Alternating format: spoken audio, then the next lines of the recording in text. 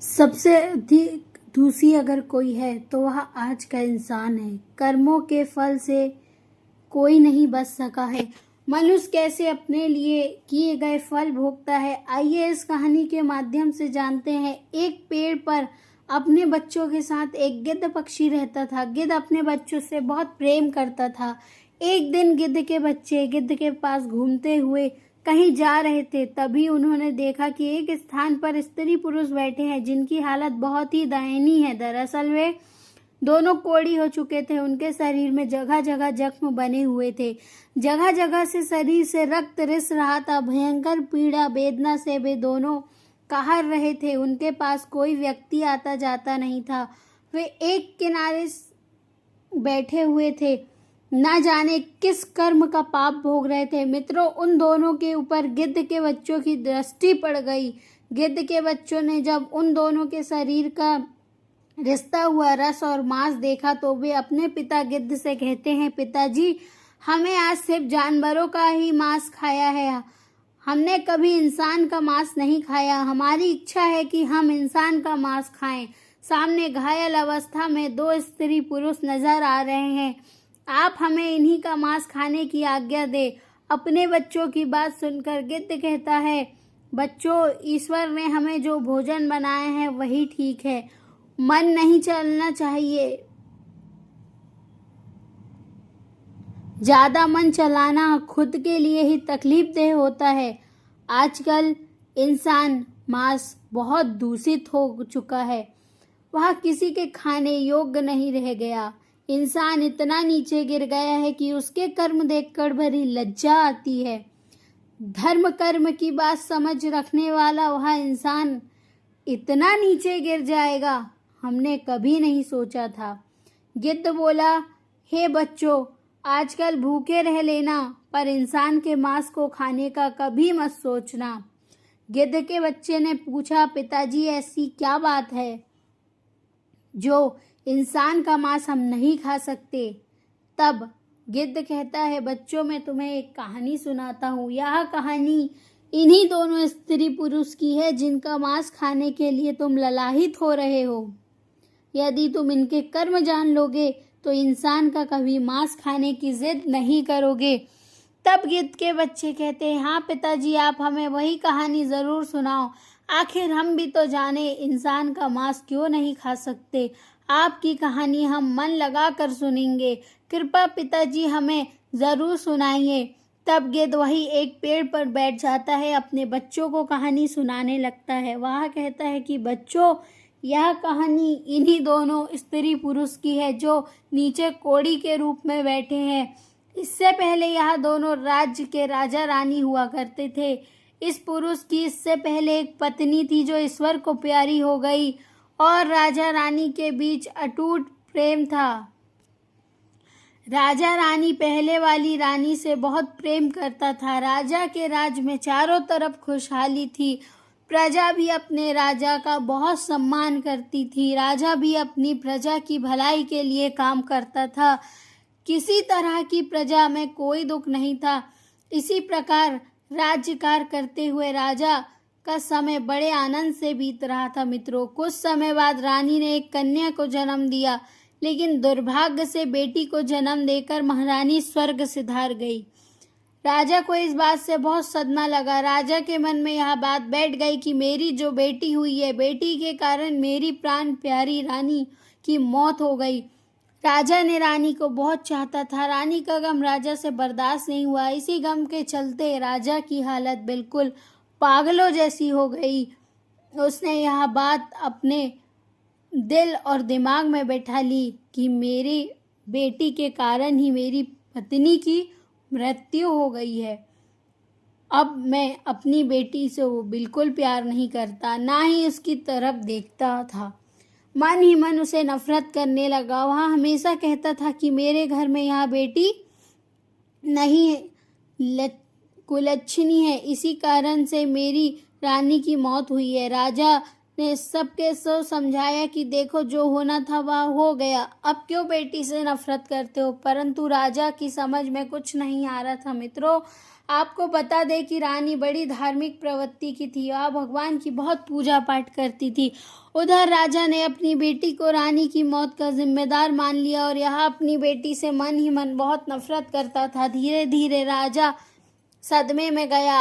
राजा काज में मन नहीं लगता, ना ही प्रजा की भलाई के बारे में सोचता। राजा की ऐसी हालत देखकर सभी मंत्री, दरबारी और रिश्तेदारों को चिंता होने लगी। अगर राजा इस तरह रहेगा तो राज की प्रजा बहुत दुख भोगेगी। इससे बड़े है राज का क्या होगा, इतना बड़ा राज्य है। ऐसी हालत के बारे में जब पता चला तो पड़ोसी देश के राजा बुरी मासा ने हमारे राज पर आक्रमण कर देंगे और हमारा राज्य बिल्कुल नष्ट भ्रष्ट हो जाएगा, इसकी तरक्की रुक जाएगी। सबने राजा को मिलकर खूब समझाया। राजा के मन में रानी की यादें नहीं निकल रही थी। राजा अबोध बच्ची हमेशा रोती रहती थी, लेकिन राजा उसे नफरत से ही देखता था और राजकुमारी का लालन पालन करती थी दासियां। उसे कुलक्षणी कहता था और इसीलिए उसका नाम कुलक्षणी पड़ गया। घर के रिश्तेदार, मंत्रियों की सलाह ली। अगर ऐसा कुछ हुआ तो कैसे चलेगा। उन्होंने राजा से कहा कि आप दूसरा विवाह का प्रस्ताव रखा। राजा को सही लगा। रानी का गम भुलाने के लिए जरूरी है, उस लड़की के लिए एक माँ की भी जरूरत है। दासी कब तक उसका पालन पोषण करेगी। दोस्तों, इस प्रकार राजा ने दूसरा विवाह रचा लिया। अब घर में दूसरी माँ आ चुकी थी, लेकिन उस लड़की से जब उसका पिता प्रेम नहीं करता तो क्या दूसरी माँ करेगी। राजा की दूसरी पत्नी भी उस लड़की से नफरत करने लगी। बच्ची के अपना धीरे धीरे समय बीतने लगा। राजकुमारी अब 1 साल की हो गई। राजा उसे देखता ही नहीं था। जब वह अपने आंगन में ठुमक ठुमक कर चलती थी तो राजा का मन नहीं पिघलता था। राजा उसे नफरत की नजरों से देखता था। इसका क्या फायदा, दूसरी रानी उठाती थी। धीरे धीरे राजा की दूसरी पत्नी भी गर्भ धारण करती है और समय के साथ साथ उसने भी एक कन्या को जन्म दिया। अपनी बेटी, अपनी स्त्री को सकुशल देखकर राजा बड़ा प्रसन्न हुआ।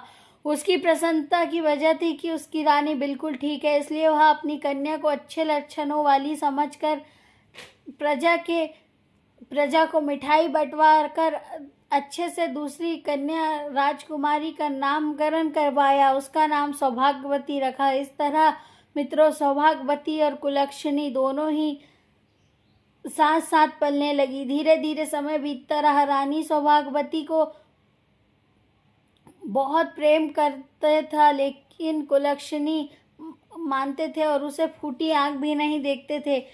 समय अपनी गति से चलता रहा। धीरे धीरे राजकुमारी सौभाग्यवती को शिक्षा दिलाई गई। राजकुमारी की तरह उसे हर काम कराए गए, लेकिन कुलक्षणी को शिक्षा का भी प्रबंध नहीं किया गया। धीरे धीरे जब दोनों कन्याएं बड़ी हुई तो देखने में दोनों बराबर की लगती थी।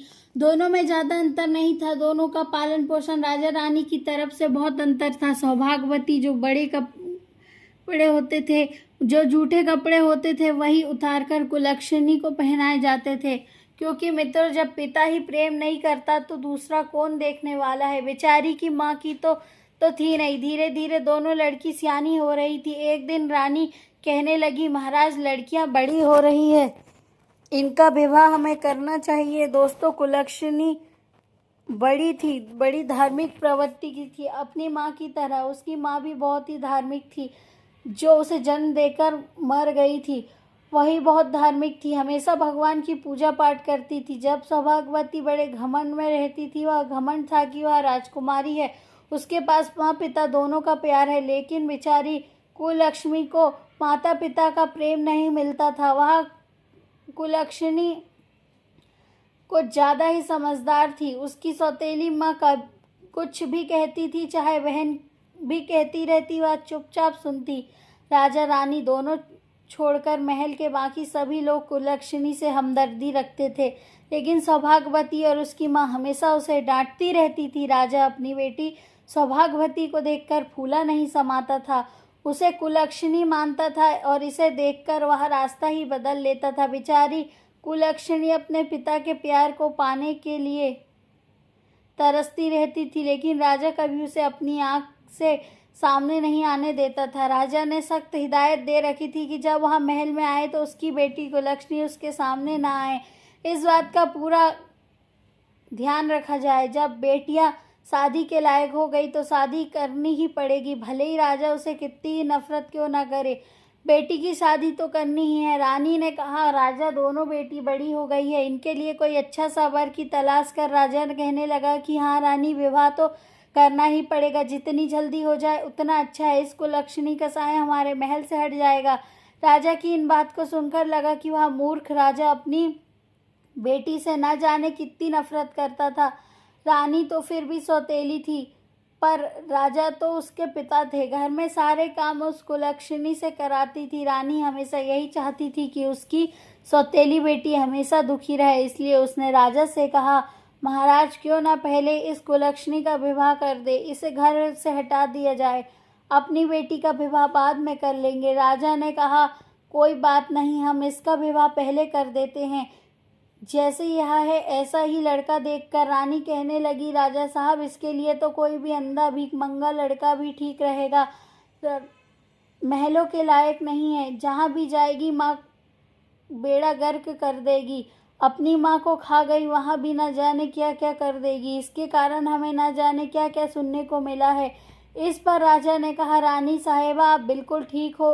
राजा तुरंत ही अपने महल में नाई और पंडित को बुलाया, कहा कुलक्षणी के लिए एक अंधा परिवार से हीन वर ढूंढ कर आओ, जिसका कोई परिवार ना हो। राजा की आज्ञा पाकर नाई पंडित वर की तलाश में निकल पड़े। चलते चलते बहुत दूर एक गांव पहुंचे। वहां मंदिर के बाहर उन्हें एक बूढ़ी औरत बैठे देखा। उसका एक बेटा था, माँ बेटा दोनों भीख मांग रहे थे। बेटा अंधा था और घर के नाम पर टूटी फूटी घास की झोपड़ी थी। नाई पंडित उसे देखकर बहुत खुश हो गए, क्योंकि कई दिन से उन्हें वैसा वर नहीं मिल रहा था जैसा राजा चाहते हैं।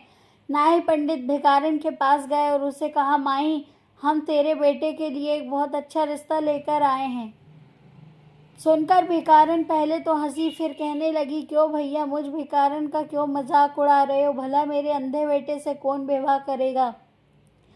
तब नाई ने कहा, अरे नहीं, वास्तव में हम बेटे के लिए एक बहुत अच्छा रिश्ता लेकर आए हैं और वह राजमहल से। यह सुनकर भिखारिन को विश्वास नहीं हुआ, लेकिन जब उसे राजमहल से नाता जुड़ने की बात पता चली तो वह तुरंत राजी हो गई। नाई और पंडित भिखारिन के बेटे के साथ रिश्ता तय कर राजमहल लौट आए और राजा को पूरी बात बताई। राजा ने बेटी कुलक्षणी का विवाह उस अंधे भिखारी से कर दिया और दान दहेज के नाम पर उसे कुछ नहीं दिया। कुलक्षणी अपने ससुराल पहुंची तो देखा कि वहां एक टूटी फूटी झोपड़ी, बैठने के लिए सही जगह नहीं थी। वह भगवान से प्रार्थना करने लगी, भगवान यहाँ मेरी कैसी परीक्षा है, मुझे पति भी मिला तो अंधा, मगर जीवन साथी ठीक होता तो हम दोनों मिलकर कुछ कर लेते। खैर भगवान जो भी है करते हैं, अच्छा ही करते। कुलक्षणी ने यहाँ मान लिया कि उसका पति उसका परमेश्वर है। उसने अपने पति सास की सेवा करना शुरू कर दिया। वह उनके लिए खाना बनाती, सबसे पहले वह खिलाती फिर खुद खाती। उसने जीवन को भगवान की इच्छा मानकर स्वीकार कर लिया। ससुराल में बड़े प्रेम से रहने लगी। दूसरी तरफ काफी समय बीत गया तो रानी राजा ने से कहा कि अब तो मनहूस लड़की हमारे घर से जा चुकी है, हमें इससे छुटकारा मिल चुका है, क्यों ना अब हम अपनी बेटी का विवाह किसी अच्छे राजघराने में कर दे। अब बिना देर किए राजा ने नाई पंडित को बुलाया और टीका की सामग्री देकर किसी अच्छे राजकुमार की तलाश में भेज दिया। राजा ने कहा, पुरोहित जी, हमारी बेटी के लिए एक ऐसा राजा बेटा होना चाहिए जो एक अच्छा राजकुमार हो, जिसका राज बहुत बड़ा हो। राजा के बताए अनुसार नाई ब्राह्मण चक्रवर्ती राजा के वहां पहुंचे। क्योंकि राजकुमारी सौभाग्यवती देखने में बहुत सुंदर थी, इसलिए उन्होंने राजकुमार भी सुंदर ही तलाश किया। राजा का एकलौता बेटा था, वह चक्रवर्ती सम्राट बनने वाला था। नाई और पुरोहित ने बिना देर किए उस चक्रवर्ती राजा के बेटे को सौभाग्यवती का टीका चढ़ा दिया और सारी बात आकर राजा को सुना दी। मित्रों, राजा ने सौभाग्यवती का विवाह बड़ी धूमधाम से कर दिया। हजारों हाथी घोड़े रथ दहन में दान दिया, बड़े ही भव्य तरीके से अपनी बेटी की विदाई की। उधर वह बेटी जिसे राजा कुलक्षणी कहा करता था, वह बेचारी जैसे तैसे दिन काट रही थी। सौभाग्यवती एक राजा के घर में ब्याह कर गई, इसलिए वह रानी बनकर आनंद से अपना जीवन यापन करने लगी। शुरू से ही वह अपने माँ बाप का प्यार मिला और यहाँ भी उसे अच्छा पति, राजमहल के सारे सुख मिल गए। उधर कुलक्षणी भिखारी पति के साथ झोपड़ी में रह रही थी। एक दिन कुलक्षणी अपनी सासू माँ को बोली कि आप रोज रोज भीख मांग कर लाती हो, आप भीख मांगना मुझे अच्छा नहीं लगता। इससे अच्छा है कि हम कोई काम करें और कमा कर खाएं। तब सास कहती है, बहू वैसे तो तेरे माँ बाप और लोग तुझे कुलक्षणी कहते हैं, लेकिन तू हमारे घर की लक्ष्मी है। तू जो बात कहेगी वह मैं मान लूँगी। भिखारी की बहू कहने लगी, माँ जी इन पैसों से कुछ पैसे आप मुझे दे दो, मैं इन पैसों से कुछ तरबूज और खरबूज खरीद कर लाऊंगी, क्योंकि गर्मी का मौसम है। इसे मौसम में खरबूजे और तरबूज खूब बिकते हैं, इन्हें बेचूंगा। उससे जो पैसे आएंगे रोज रोज भीख मांगने जाती हो, 10 लोग आपको ठुकराते हैं और 1-2 तरस खाकर कुछ दे देते हैं। मुझसे यह देखा नहीं जाता आप लोग आपका अपमान करें। आज से आप घर पर रहो और तरबूजे खरबूज बेचने जाया करूंगी। सास ने कहा, नहीं नहीं बहू, तू भला कहाँ जाएगी। बहू ने कहा, माँ जी आप चिंता मत करिए, मैं यहाँ सब कर लूँगी। सास बोली, ठीक है। सास पति भीख में जो पैसे इकट्ठे किए थे वह पैसे अपनी बहू के हाथ में रख देते। बहू बाजार गई, एक डलिया जैसी ली और उसमें कुछ तरबूज और खरबूजे खरीद कर रख लिए। जंगल के रास्ते में एक मंदिर था, वहाँ उसी मंदिर के सामने जाकर बैठ गई और वहाँ पर तरबूज और खरबूजे बेचने लगी। वहाँ लोगों को बहुत पसंद आते थे, लेकिन हाथों हाथ तरबूज खरबूज बिक गए। तरबूज तो बिक गए, केवल 2 खरबूजे उसके पास रह गए। दोस्तों, उसी समय सहयोग से भगवान शंकर और पार्वती उसी रास्ते से गुजर रहे थे, तो माता कहने लगी, प्रभु देखो कितने सुंदर खरबूजों की सुगंध आ रही है, मुझे तो खरबूजे खाने हैं। विधाता बोले, देवी तुम इन खरबूजों के चक्कर में पड़ रही हो, चलो उज्जैन पहुंचना है। विधि ने कहा कि नहीं, मुझे तो यह खरबूजे खाना है। माता पार्वती जिद कर गई, कहने लगी, देखो खरबूजे बेच रही है और वह आपकी भक्त है, प्रभु हमें उसे खरबूजे जरूर लेना चाहिए। दोस्तों, माता और भगवान शंकर ने एक बूढ़े और बुढ़िया का रूप धारण किया, पहुंच गए खरबूज वाली के पास। उसके पास मात्र 2 ही खरबूजे बचे थे। माता को देखकर और शंकर जी को देखकर वह बहुत दीन रूप में बनाया, फटे पुराने वस्त्र, जर्जर हालत, एक दूसरे का हाथ पकड़कर उसके पास पहुंचे। जाकर कहने लगे, बिटिया हमें खाने को दे दो, कुछ खरबूजा खाने को मिलेगा। कुलक्षणी कहने लगी, माई आप बैठो, इतनी गर्मी पड़ रही है, लो पहले पानी पी लो। उसके पास थोड़ा सा पानी था, पहले उसने दोनों को पानी पिलाया और दोनों वृद्ध दाम्पत्ति को पानी आराम से बैठाया। उसके बाद एक एक करके दोनों को खरबूजा खाने को दिया।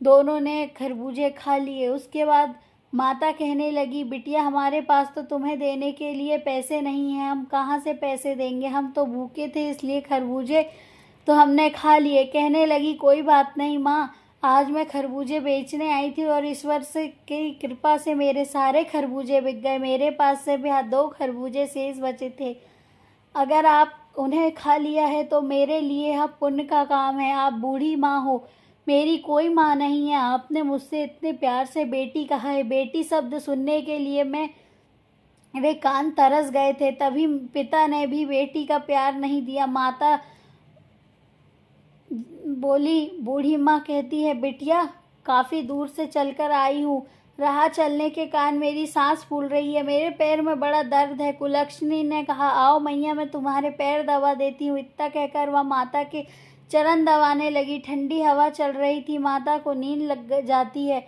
मेरे माता को नींद आई तो कुलक्षणी अपने पल्लू से उनके ऊपर हवा करने लगी ताकि उन्हें ऊपर कोई मक्खी मच्छर ना बैठे। दोस्तों, विधाता की वही लेट गए। जब माता विधि की आंख खुली तो वह दोनों बड़े प्रसन्न हुए और बेटी तूने हमारी बहुत सेवा की है, हमारे पास तुम्हें देने के लिए कुछ भी नहीं है। वह कहने लगी, कोई बात नहीं माँ, कोई बात नहीं, मैं तुम्हारी सेवा करके ही खुश हूँ। तुम्हारे माँ जैसा प्यार मिला, ऐसा लगा जैसे तुम मेरी माँ हो। तब माता कहती है, बेटी अब हम चलते हैं। जाते हुए माता ने विधाता से कहा, अगर आपकी झोली में कुछ हो तो बेचारी को दे दो, यह बेचारी बड़ी गरीब है और इसके पिता के साथ बहुत अन्याय किया है। विधाता बोले, देवी मेरे पास तो मेरी झोली में केवल भभूति है, इससे क्या भला होगा। माता विधि बोली, प्रभु लोगों का भला तो आपके कहने से हो जाता है, फिर मान समझने के लिए माता विधि ने विधाता की झोली से कुछ भभूति निकाली और उस बिचारी को दे दी। भभूति उसने सारे पल्लू में बांध कर रख ली। शाम को जब वह अपने घर पहुंची तो अपनी सासू माँ को कहती है कि माँ, आज एक बूढ़ी माँ और एक बूढ़े बाबा की सेवा करके मुझे अपार सुख मिला, और देखो आज की कमाई, आज मेरे सारे खरबूजे बिक गए। माँ, मैं तुम्हें मेरे पति कहीं भी भीख मांगने की ज़रूरत नहीं है, मेहनत से काम करके अपना गुजारा करेंगे और ईश्वर की कृपा रही तो हम सम्मान की ज़िंदगी जी सकेंगे, भीख नहीं मांगनी है। तब सास कहने लगी, बेटा, मैं तेरी जैसी बहू पाकर निहाल हो गई, कभी सोचा नहीं था कि मेरे बेटे का विवाह होगा।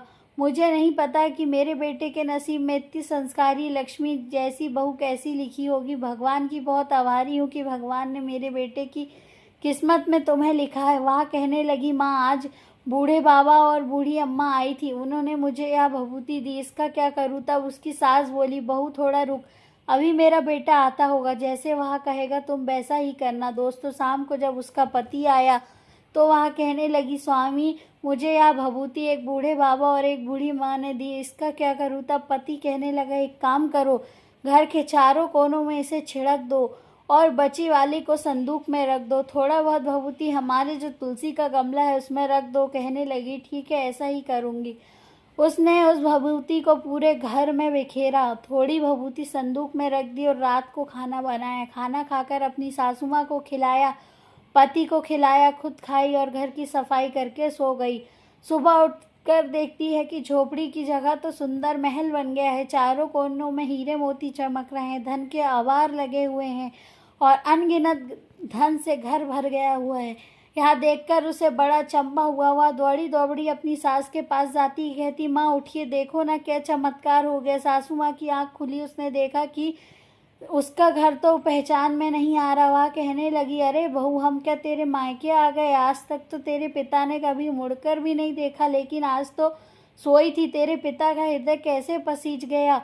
वह लक्ष्मी कहती है, नहीं माँ, यहाँ मेरे पिता का घर नहीं, यहाँ तो हमारा घर है। देखी, शायद भगवान की अनुकंपा हुई है, उन्हीं की कृपा से मेरे भाग बदल गए हैं। देखो, शायद बूढ़े बाबा बूढ़ी माँ साक्षात ईश्वर थे, उन्होंने मैं पहचान नहीं पाई। भगवान को ना पहचान पाने का दुख उसे बहुत कचोट रहा था। वह रोने लगी, भगवान साक्षात मेरे पास आए थे, उन्हें पहचान नहीं पाई। उसकी सासू माँ ने उसे धीरज बंधाया। तभी उसके पति की आंख खुली और वह चिल्लाते हुए बोला, अरे लक्ष्मी, अपनी आंख से क्या देख रहा हूँ, तुम मुझे दिखाई दे रही हो। माँ बोली, माँ देखो, मुझे तो कुछ दिखाई नहीं दे रहा था, मैं अंधा नहीं रहा, अब मुझे सब कुछ दिखाई देने लगा है। और यह सुनकर उन दोनों का खुशी का कोई ठिकाना नहीं था। पति की आंखें ठीक हो गई, इसके जीवन की सबसे बड़ी खुशी थी। इतनी खुशी तो उसे धन दौलत पाकर भी नहीं हुई थी। भगवान की कृपा से उसका पति किसी राजा से कम नहीं लग रहा था। अब उन्हें कहा कि इतनी बड़ी कृपा हो गई है तो क्यों ना हम भगवान की चर्चा कराएं, पाठ कराएं, लोगों को घर बुलाएं, खूब बड़ा सा भंडारा करवाएं। उसकी सासू माँ कहने लगी, बेटा, तुम मेरे घर की लक्ष्मी हो, जैसा तुम करना चाहो वैसा करो। दोस्तों, लक्ष्मी ने अपने घर में एक कथा का आयोजन किया, अपने रिश्तेदार को निमंत्रण दिया, सारे रिश्तेदार में निमंत्रण पत्र मायके भी भिजवाया, एक चिट्ठी बहन सौभाग्यवती के घर भी भेजी। चिट्ठी पाकर लक्ष्मी के पिता और सौतेली माँ भी आए तो थे दोस्तों की हालत बहुत खराब हो गई थी। वे अपनी बेटी की हालत पर हंसने आए थे, लेकिन वहां पहुंचकर पिता को शर्म से सर नीचे हो गया। वह सोच रहा था, मैंने बेटी के साथ ऐसा किया, लेकिन उसका नसीब देखो, नसीब के आगे किसी की नहीं चलती। मेरे चाहने से क्या होता है, जब भगवान ने उसका नसीब स्वयं अपने हाथ में लिखा है। उसके माता पिता बड़ा अफसोस हो रहा था, क्योंकि जब वह लक्ष्मी और सौभाग्यवती की शादी हुई थी तो उसके पिता ने बेटी को कुछ नहीं दिया और जानबूझकर एक अंधे भिखारी से उसका विवाह किया। इसी पाप के कारण पिता और माता दोनों कोढ़ी हो गए। बहुत उपचार कराने के बाद भी वे ठीक नहीं हुए। उनका राजपाट धूमिल होता जा रहा था और प्रजा राजा के प्रति रोष पैदा हो गया, क्योंकि राजा ही राज करने वाला मजबूत ना हो तो राज तो गरीब ही हो जाएगा। उसके राज में घुसपैठ होने लगी थी। पिता एक नाम का राजा रह गया, दोस्तों, जब बहन सौभाग्यवती आई, सौभाग्यवती पहले से ही घमंडी थी, पहले से ही लक्ष्मी को बात बात पर ताने मारती थी। सौभाग्यवती आई, उसने अपनी बहन की शान शौकत देखकर उसकी आंखें फटी रह गई। वह सोचने लगी, एक चक्रवर्ती की पत्नी हूँ, मेरे पास बड़े राज्य का मालिक है, लेकिन यहाँ महल, इसके सुख साधन तो मुझसे भी कई अधिक है। अपनी बहन का वैभव देखकर वह बेचैन होने लगी और कहने लगी, लक्ष्मी, तुझे यहाँ कहाँ से मिला? तब लक्ष्मी ने सारी बात अपनी बहन को बताई। सौभाग्यवती सुनकर और भी ज्यादा बौखला गई। सौभाग्यवती के मन में फिर से लालच आ गया कि वह किसी कीमत पर अपनी लक्ष्मी को नीचा दिखाना चाहती थी। वह चाहती थी कि लक्ष्मी उससे ऊपर कभी न पहुंच जाए, लेकिन जिसने भगवान ने उठाया हो उसे कौन रोक सकता है? ऊपर उठाने वाला तो ईश्वर है। किसको कब क्या बना दे कोई नहीं जानता। सौभाग्यवती ने जब अपनी बहन से पूछा कि उसे समृद्ध होने का क्या कारण है, तो बोली, लक्ष्मी, पूरी बात बता। उसने बूढ़ी माँ को खरबूजे खिलाए थे, उन्हीं के आशीर्वाद से यह सब हुआ है। बहन का यह सौभाग्यवती महल में जाकर अपने पति से कहा, देखो जी, मैं आज खरबूजे बेचने जाऊंगी। उसका पति कहने लगा, अरे सौभाग्यवती, तुम यह कैसी बात कर रही हो? हमारे राज में किसी प्रकार की कोई कमी नहीं है, और तेरी बहन इतनी गरीब थी, उसकी सच्ची श्रद्धा और भक्ति देखकर भगवान ने उस पर कृपा की है। तू क्यों जलन के मारे मरी जा रही है? तेरे पास किस चीज की कमी है?